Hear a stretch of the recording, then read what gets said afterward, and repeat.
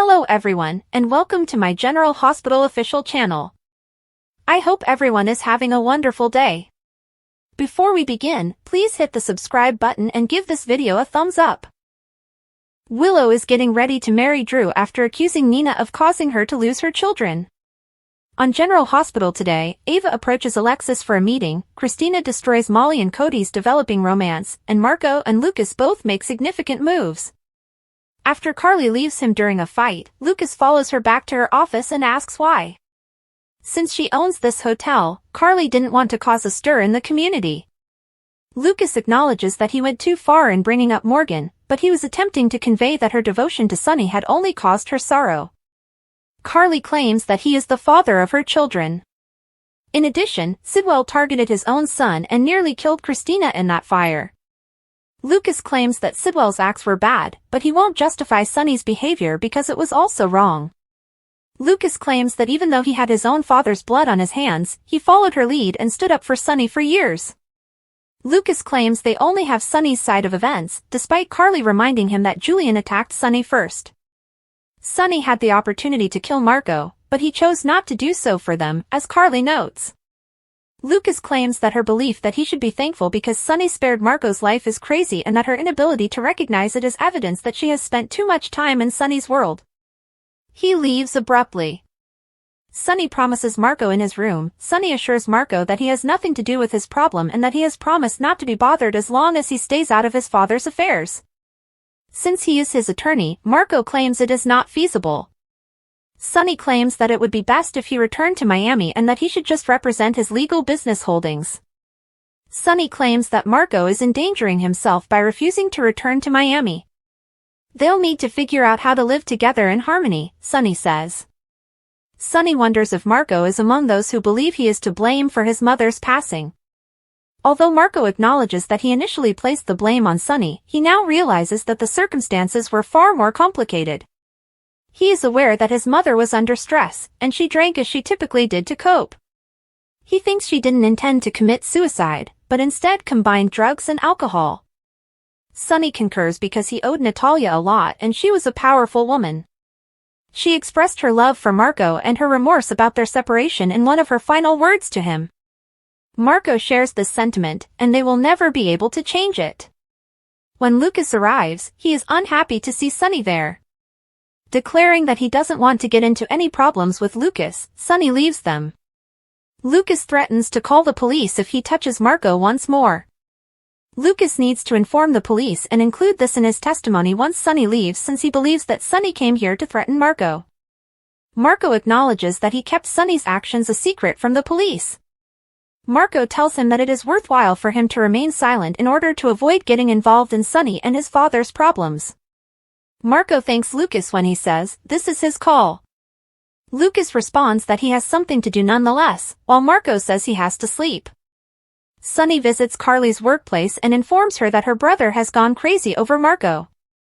Carly claims that she and he recently had a falling out. Now that Marco is doing well, she believes Lucas will relax. Carly claims that Lucas is furious because she is loyal to him, and that they are both making her insane. Sunny is unwilling to stand in their way. Even though Carly is aware of this, her brother suddenly sees everything in black and white. Lucas has a thing for Marco, Sunny observes.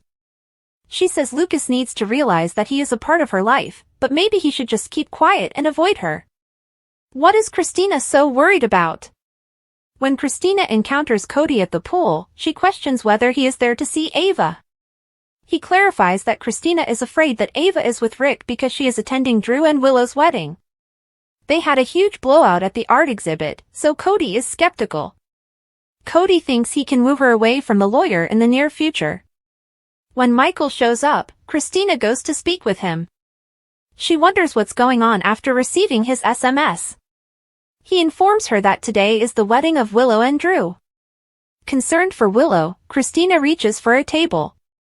She will realize what a wonderful man she lost in her brother once she escapes this illusion. Cody takes a seat beside Molly, who is reading a book and wearing clothing that covers her entire body to protect her from the sun. She appears to be suffocating, he jokes. When it comes to the sun, she thinks you can never be too cautious. She removes her linen top to reveal a bikini after he says that heat stroke is a real thing. Molly laughs that she was able to surprise him by giving him an old-fashioned bathing suit, which he was expecting. Molly recommends that Cody apply sunscreen with a 100 SPF rating to prevent skin cancer. Since he will only consider skin cancer from now on, he accepts her offer. She puts sunscreen on him after he begs her to get his back. Christina sees Molly applying sunscreen to Cody from the other side of the pool. Michael observes that it appears as though something is happening, which is just what Christina fears. In order to speak with her sister alone, she requests that Michael engage Cody in conversation and remove him from Molly. Michael asks to speak with Cody for a moment as he walks up to him and Molly. After he pulls Cody away, Christina joins Molly and queries her about her relationship with Cody. It seemed to her that her sister had no interest in Cody. When Molly responds that she isn't, Christina queries, is Cody aware of that? She implies that Molly's sunscreen business is giving Cody a different impression. Cody has a reputation, according to Christina, who also points out that he frequently seduces wealthy, attractive women, possibly in an attempt to get money from them. Cody has never questioned Molly, who claims to be a public servant. Since nothing is worse than becoming close to someone who has ulterior motives, Christina believes it is best that they remain friends. Molly acknowledges that she was giving him a lecture about skin cancer, but Christina calls Cody's request for her to apply sunscreen to his back a slick maneuver. According to Christina, she simply doesn't want to witness her suffering. Lucy visits Windmere to see how Sidwell is doing and extends an invitation to a wedding.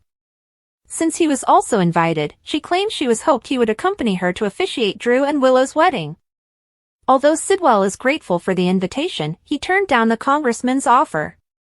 Additionally, he claims that his relationship with Sunny has been a little tense. Lucy points out that Sunny isn't going to the wedding, but Sidwell claims he has made the decision to distance himself from politics, Measure C, and his relationship with Drew. He doesn't want his son to become involved in his dispute with Sunny, he is doing this for him. After taking note of the time, Lucy knows she must leave. In the sake of peaceful cohabitation, he believes it is better that he decline her final invitation to join her. Will a wedding take place? When Kai and Drew get at the church, Liz informs Drew that Maxie's timetable is on track. According to Drew, everything appears to be fantastic. Scout tells her father that Willow looks like a princess in her dress when Alexis brings her in. They all want to live happily ever after, and Drew claims that makes him the prince. Albrecht walks up to Drew, who is happy she could attend. Albrecht gets right to the point and disapproves of him taking the innocent Willow away from his own nephew, which has somewhat damaged his reputation as a hero. She upsets Drew, so Liz snatches her and drags her away. Albrecht claims that before she could stop herself, the words just came out of her mouth. Liz is aware that she disapproves, but she doesn't believe anything can stop this wedding. When Rick shows up, he tells Liz that she looks beautiful. Liz didn't think he would be here. Though he believes Willow and Drew, who aren't exactly the most popular couple, probably merely wanted people to fill the pews, he claims he was invited. At the reception, Rick hopes they can dance together, but he insists it will only be as friends. Albrecht observes that Liz appears to have just consumed sour milk when Ava witnesses Rick flirting with her. Albrecht responds that there is an open bar at the reception in case it helps when Ava remarks that guys are stupid. It does help, Ava quips. Ava lights a candle, and Rick observes that he hasn't seen her since their argument at the gallery. You mean the night you were swooning over Elizabeth like a schoolboy in love? She asks. She claims that the fawning is still going on based on what she just seen. He says he just happened to see Liz. Ava claims that because he lied in his home, the Lord might punish him. After that, Ava pulls Alexis away for a brief conversation and requests that they meet alone at the lawyer's office the following week in the vestibule. Willow places the blame. Nina visits Willow in the bridal room. If she and Drew had an affair, Willow demands fiercely. Did she and her fiancé have sex? Nina sobs because she did. Willow is shocked that her mother would harm her in this way. Nina says she didn't realize they were attracted to each other when they initially started dating. According to her, it started in April of last year and lasted until August. Willow discovers that Drew was having an affair with her mother during the whole time she was falling in love with him. How could she have betrayed her in this way? Willow asks. Nina acknowledges that she ought to have told her, but she was scared. At the time of their tumultuous relationship, her only desire was to become a mother. She would have ended their relationship abruptly if she had told her. Willow accuses her of being a coward and queries why she continued to have affairs with Drew. Did she have feelings for him? Nina maintains that she still despises him. She persuaded herself that if she could entice Drew away from Willow, she could save their marriage. The notion that Nina believed she was doing her a favor makes Willow giggle. Nina admits that she was wrong. She stopped it when she realized how much Drew meant to her. However, it was really too late to inform her by that point. Willow claims that instead, she allowed her to fall even more in love with Drew and saw her sacrifice her marriage and kids for a deceitful man. Nina informs her that in order to improve her marriage, she advised her to avoid Drew. She repeatedly cautioned her that she wasn't in a healthy relationship and advised her not to move in with Drew. All in all, you undersold that, yells Willow. Nina advises her to admit that things became so terrible that she would jump all over her if she uttered anything negative about Drew. She made every effort to separate herself from Drew. Willow says all but one, and she would have immediately left him if she had been honest with her. Her kids would still be with her. Nina sobs because she was terrified of losing her child if she told her the truth. Willow accuses her of being self-centered and queries her as a mother. Nina promises to try her hardest to put things right. How? Willow asks. She betrayed her trust in addition to lying to her. She assisted her in losing custody of her children by lying about Drew. Willow claims she will never be able to forgive her for it. Nina has every right to be upset with her because she knows she made a mistake. She implores her not to ignore her because she loves her. Willow claims that she believed they had made great progress and defied her instincts to allow her back into her life. According to Nina, they have, and she says that the past year has been crucial. Willow sobs that their love was founded on falsehoods and wasn't genuine. If Nina had been honest with her, she could have avoided all the heartache of the previous few months. Willow claims it's too late and the harm has already been due to Nina's silence, despite Nina's insistence that she came here to tell her the truth. She's already lost everything. All Willow has left is a man who has been deceiving her throughout their relationship, despite the fact that she has burned every bridge and given up everything for him. She has her, Nina reminds her. I apologize, Nina. I needed you to be a mother to me when I needed one, but you were unable to do so, Willow adds. Perhaps because you lack a maternal bone in your body and your own mother was a nightmare, you weren't suited to be a mother. She claims that she hopes she were as fortunate as Nellie, who passed away without ever realizing Nina was her mother. Willow slams the door in Nina's face and tells her to leave. Willow glances into the mirror, her face taking on an expression devoid of emotion. She starts to reflect on her relationship with Drew and his assurance that she wouldn't lose her children. She remembers Martin's claim that marrying Drew would appear favorable to the judge. Willow remembers that nothing was more important to her than her children, so she consented to marry Drew. In the last moments of the show, Lucy arrives and everyone starts to settle into their seats in the chapel. Weeping, Nina runs to Albrecht and begs her to accompany her, saying she must leave. Nina claims there won't be a wedding, while Albrecht claims it is about to begin. Albrecht claims that Nina must be mistaken when Liz declares the bride is ready. Christina thanks Michael for his assistance at the pool. He inquires as to why she is attempting to obstruct Molly and Cody. As a token of appreciation for applying sunscreen to his back, Cody brings Molly some drinks. He asks if she would mind completing it so he doesn't have an uneven tan, joking that they could have missed an area. Molly seems suspect. Marco visits his father in Windmere. Sidwell regrets becoming involved in his conflict with Sunny because he knew he wanted to avoid it. Not anymore, I'm all in now, Marco says. Sunny must leave, no matter what. They embrace. Sunny tells Carly in her office that he doesn't want to make issues between her and Lucas. The dust will soon settle, she believes. Lucas shows up, gives his sister his key, and announces that he is leaving. The wedding march starts back at the church, and Scout, dressed as the flower girl, walks down the aisle. Although Nina is aware that she shouldn't be present, Albrecht asserts that it has already started because she is the bride's mother. After telling his daughter that she was flawless, Drew hugs and kisses her. Everyone gets up to applaud the bride as Scout and Alexis sit down. They gaze at the doors, which open, and Willow enters, appearing like a zombie in her bridal gown. "Speak now or forever hold your peace," Lucy says as the wedding goes on in the following General Hospital episode. General Hospital, Drew's wedding blackmail, threatening to expose Willow as Daisy's stalker if bride backs out? According to General Hospital spoilers, Drew Kane might have just gained some leverage at the wedding. If his bride withdraws, will Drew threaten to reveal Willow Tate as Daisy Gilmore's stalker? Drew paused to think about who might have been responsible for the odd baby-related happenings after Nina Reeves raised the possibility that he was. Drew's expression and his inquiries regarding the 4th of July make it obvious that he believes Willow is responsible for Daisy's stalking. Drew is aware that this is a big matter because Sasha was so alarmed that she packed up the baby and left town. Willow would undoubtedly prefer to keep this knowledge hidden because she was exploiting an innocent baby to manipulate events while slipping into the Quartermaine mansion. Given that Drew is about to marry Willow, the timing of his revelation is intriguing. Is there a reason why the authors of GH gave Drew the secret about Daisy stalking just before the wedding? Naturally, Drew has a secret of his own that appears to be ready to come out first.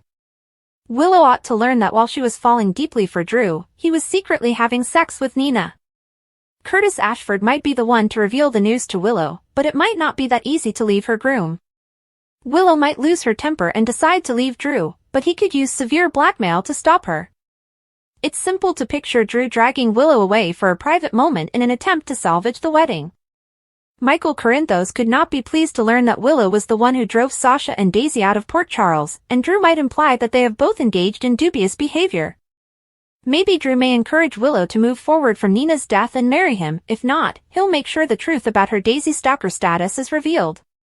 Willow might be persuaded by Drew that she won't see her children ever again and that everyone will believe him. Would Willow be persuaded to proceed with the wedding based on that? In any case, Drew threatens people every day, so he might as well blackmail his bride on her special day. According to General Hospital spoilers, Willow could need to modify her plans along the way. Keep an eye out for all the shocking revelations and last-ditch actions that will occur. Early week spoilers for GH July 28th to August 1st, Brit's Mystery, Sidwell's Retaliation, and Wedding Aftermath. According to General Hospital spoilers for the week of July 28th, Willow Tate's wedding will have repercussions. There is a mystery surrounding Brit Westbourne that needs to be solved. Jen Sidwell will also organize his retaliation against Sonny Corinthos. The desperate move made by Nina Reeves. It is expected that the secret of Nina Reeves and Drew Kane's personal relationship will be revealed. Naturally, since it's a soap opera, it will be revealed during Willow and Drew's wedding. Since it would permanently cost her Willow, Nina is reluctant to do it. Nina is aware that something needs to be done immediately, though. Thus, we shall witness the fallout from that wedding surprise. Fans of Isaiah Gannon have heard him talk about owning a cabin outside of the city. He stated that he was unable to attend the wedding since he has been renovating it. Willow could therefore flee there if her whole life collapses. Perhaps Isaiah can help Willow regain her sanity. Isaiah has been mentoring Willow and Portia Robinson for the last few months. According to the week of July 28th spoilers for Marco Rios' Secret General Hospital, Marco Rios consented to a cover narrative. Marco even consented to give the police a statement on his kidnapping. But no one takes Marco's crazy story seriously. The truth always comes out in soap operas. Jen Sidwell will be out for blood in the interim. Sonny Corinthos will not get away with this from the villain. Ava Jerome and Cody Bell's turbulent relationship should also be seen by fans. In the meantime, it appears that Rick Lansing is still focusing on Elizabeth Liz Baldwin. Jason Morgan will have to decide as well. Although his head claims that Britt is dead, Jason and Sonny were previously dead as well. Jason will be unable to sleep until he is certain of the truth. Would Jason be able to locate Britt with Damian Spinelli's assistance? What will be the plot of her fictitious demise? What caused her to simply vanish? Is Dana Leslie Thomas the Drew Kane of Beyond the Gates? Fans of Beyond the Gates are criticizing Dana Leslie Thomas. Is she turning into the female Drew Kane from General Hospital? Discover what fans are saying and why by reading on. Leslie faces criticism after Tamara Tooney shared certain CBS clips concerning part of the show's footage. The sarcastic remarks started. Something regarding the Articulate's reunion tour was depicted. The BTG actress wrote, "Dramatic notes indeed," as a caption on Instagram. "Is everyone caught up?" he continued. Hashtag Beyond the Gates, hashtag CBS, hashtag Paramount Plus was one of her hashtags. The video showed that the narrator said, "A musical celebration," hit some dramatic notes. Fans noticed that Dana Leslie Thomas had arrived, and other cast members were discussing it. "Why in the world is she coming here?" Danny inquired of Nicole. The fan backlash began immediately after Vernon said, "If you dare ruin this night for my wife," and Ted, looking up, said, "Stay away from my wife." Notably, they were not the only fans who expressed their dissatisfaction with Trisha's character. One critic commented, "Love this so, but so over Leslie," in the comments section. In the answers, someone else added, "Me too." Meanwhile, another person who shared the same sentiments gave Dana Leslie Thomas a kind of backhanded compliment, saying, "I hate to say it but I am too." Another BTG fan wrote, "I'm over her, even though she's needed on the show and doing a terrific job. You never know what cray-cray Leslie did." Drew Kane 2.0? According to a fan who didn't appear to despise Trisha Mangrand's character, she is despised because of how well she portrays her part. Well, that sounds a lot like Cameron Matheson's issues. His portrayal of Drew Kane can occasionally be so convincing that GH viewers find it difficult to distinguish the actor from the real person. He has received a lot of hate mail from the show's audience, and he has openly discussed it in a number of social media appearances. Viewers may not like Dana Leslie Thomas for good reasons. Recent program spoilers, for example, imply that Leslie will fabricate or exaggerate an injury. Additionally, it may be related to a disagreement she had with Nicole Richardson. Although she contributes a lot of talking points to the show, other viewers have expressed dissatisfaction about her character's seeming cruelty and villainy. She was the one who almost killed Nicole's helper, Laura. Furthermore, her cunning has not gone unnoticed. It is hoped that the animosity for her persona does not materialize into severe reactions such as hate mail and confrontation when she is in public. What do you think? What transpired after Finn Carr saw Kelly Thibault looking deranged is really hilarious. It was hilarious when Finn Carr described the events leading up to his first encounter with Kelly Thibault. Following the shocking announcement on General Hospital that Gio is the son of Dante and Brooklyn, Rocco discovered that Lulu did not give birth to him. After stealing one of Dante and Lulu's stored embryos, Dr. Britt Westbourne implanted it in herself, gave birth to a child named Ben, and temporarily claimed him as her own. With Kelly Thibault coming and bringing the late Britt back to life, Rocco has a lot of drama to handle. Lulu remains Rocco's mother. Finn Carr, Rocco's real-life persona, spoke with Soap Opera Digest about this significant plot point. He clarified that Lulu's status as his mother is not diminished by the disclosure or Rocco's following inquiry into Britt's identity. Although the young actor was unsure of whether or when Britt and Rocco would finally cross paths on screen, their in-person encounter was reminiscent of a sitcom. "I've been playing it as Rocco purely just wanting to know more information about Britt. One day," he explained, "Thibault was coming into the studio as he was leaving after finishing sequences. He said, my hair was all messed up, I had it in a ponytail, I think, adding that she happened to be there while he was picking up items he had dropped. When Carr recognized her, he thought, oh, no, this is the first time we meet?" He felt as though he appeared deranged. He was concerned that he appeared to be a lunatic, as I looked a little deranged. Thibault merely greeted him, and Carr returned the greeting, without making any remarks about his looks. He told her, "I'm the one you stole all those years ago." After Rocco had been discussing Britt for some time, Carr was glad to finally see her in person, and she was thrilled to hear that information. He said cheerfully, "I hope I have scenes with her." While the majority of Michael Corintho's burn scars had healed, his heart's pain had only become worse. One evening, when the smell of varnished wood blended with river mist, he stood by himself in the old Courtemain boathouse. There were no outside distractions in the room, no ELQ calls, no family responsibilities, and no Sasha. The hardest part was the last one. Sasha was gone. Furthermore, she had taken Daisy with her when she left Michael. At least cognitively, Michael got it. Sasha had made the decision to keep their daughter out of the mayhem that had engulfed Port Charles. It was a desperate choice based on both fear and love. However, comprehension did not lessen the pain. In an attempt to provide Daisy with what Michael was unable to provide at the moment, stability, protection, and a new beginning away from a city rife with pain and secrets, Sasha had moved in with her father. However, in doing so, she had abandoned what Michael had only recently begun to think was once again feasible.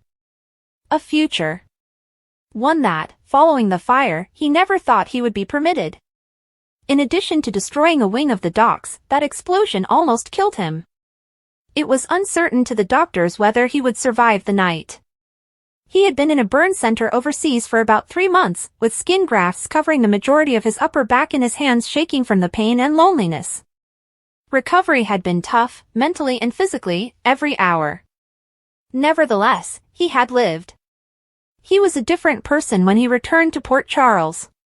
The worst scars stayed buried behind jackets and blouses, although not in look, but in spirit. He came back with the acute clarity that comes only from close encounters with death. He had had enough of letting other people control his life. He had been too docile. Nice. Providing accommodations. Manipulated. Not anymore. Sasha had come to see him while he was recuperating. Carefully at first, then more often, until she became his lifeline. They discussed Daisy, Willow's mess, the baby they lost, and the versions of themselves that perished in the fire. Between them, something had begun to mend. Quiet and hesitant, Michael had sensed it, a love not recreated, but rediscovered. One that has grown older. Smarter. Somehow more genuine, but more brittle. He dared not give it another chance. It resembled a homecoming more. But that was gone now, too. Since Sasha had left. The only hope he had for a trustworthy family vanished along with her. She wasn't to blame. Not precisely. However, he couldn't deny that it caused him to feel something. A voice came softly from the doorway and he turned. Brooke Lynn remarked softly, "You've been in here for hours," before entering. "They want to know if you're all right." Michael avoided eye contact with her. "I'm all right." "You're not," she said. "You don't have to lie to me either." He inhaled sharply and clippily. Brooke Lynn folded her arms and said, "She didn't even say goodbye to me." "Do you mean Sasha?" Michael nodded slowly. Brooke Lynn moved in to observe him. Michael, she was terrified. Everything came crashing down so quickly. She did what she believed she had to do in light of the threats, rumors, and media coverage. "She took my daughter." "She protected your daughter," she said. Michael's throat tightened as he swallowed. "Brooke Lynn, we were almost there." "I sensed it. There was always something returning whenever she gave me Daisy or glanced at me." Brooke Lynn was silent. I really thought maybe we could find our way again." The quiet spoke louder than words. "I wasn't just dreaming," he whispered.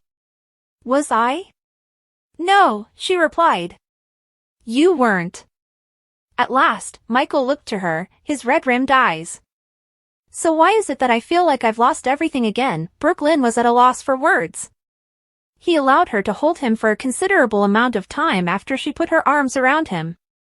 However, comfort was insufficient. No more. Because Sasha's leaving wasn't the only betrayal Michael was experiencing, he had begun to suspect that. Willow. At first, he hadn't wanted to believe it. However, there were indications. The way she stayed away from him when she was in the hospital. Drew Kane and the whispers. Her excuses shifting timelines. Additionally, Sasha's tone abruptly changed the last time they spoke, appearing abnormally restrained, almost as if she was defending someone else. It didn't add up. Michael had spent years getting to know Willow well. When she was hiding something from him, he knew it. He was certain now. There was something happening. Drew was involved. That much was clear. By giving counsel and easing family tensions, the man had slithered back into Port Charles and was behaving like a friend, mentor, and even an ally. Michael, however, didn't believe him. No more. He had heard rumors that Drew was preparing an action that would damage Michael's reputation as a father. A potential effort to portray him as emotionally unstable and unstable. Even a drug addict. Since the accident, Michael had not handled any pills. However, the agony had been severe. Medication has been a part of the healing. And that truth could be perverted in the wrong hands. And if Drew would have gone that far? Michael clenched his hands. He refused to stand by and allow someone to try to take his daughter away from him once more. He refused. What if Willow was also responsible? If she had somehow used their complex past to manipulate Sasha and force her to leave? She would then remember a previously forgotten aspect of Michael. Since he had changed from the man she had left behind. The man who bit his tongue for peace and once stood up for family harmony was burned with the docks. Steel was now under this Michael's flesh. Drew was going to get a harsh awakening if he believed he could damage Michael's reputation without facing any repercussions. Behind the scenes, Curtis Ashford had started to covertly arrange something, covert investigations into Drew's financial history, contacts, and commercial dealings. At first, Michael had not wanted to get involved. Now, though, he was prepared now. Curtis had made an indirect attempt to gauge interest. Michael had a reputation for being level-headed and calculating. However, his patience was limited because he was also a Corinthos. Additionally, Drew had just betrayed them. Michael narrowed his eyes and gazed across the harbor.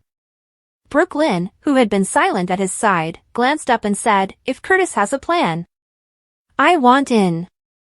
"Are you certain?" Michael remained still. "Certainly.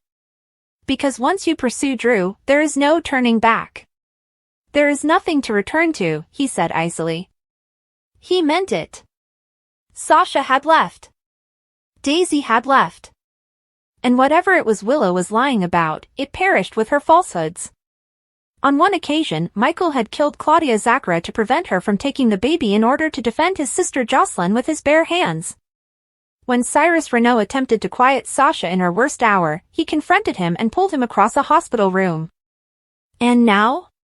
He was now being pushed into a corner once more by those who professed to love him. It was an error. Because Michael Corinthos had nothing left to lose, and a man was dangerous when he got to that stage. Thanks for watching. If you like this video, so please don't forget to subscribe my channel and don't miss any update.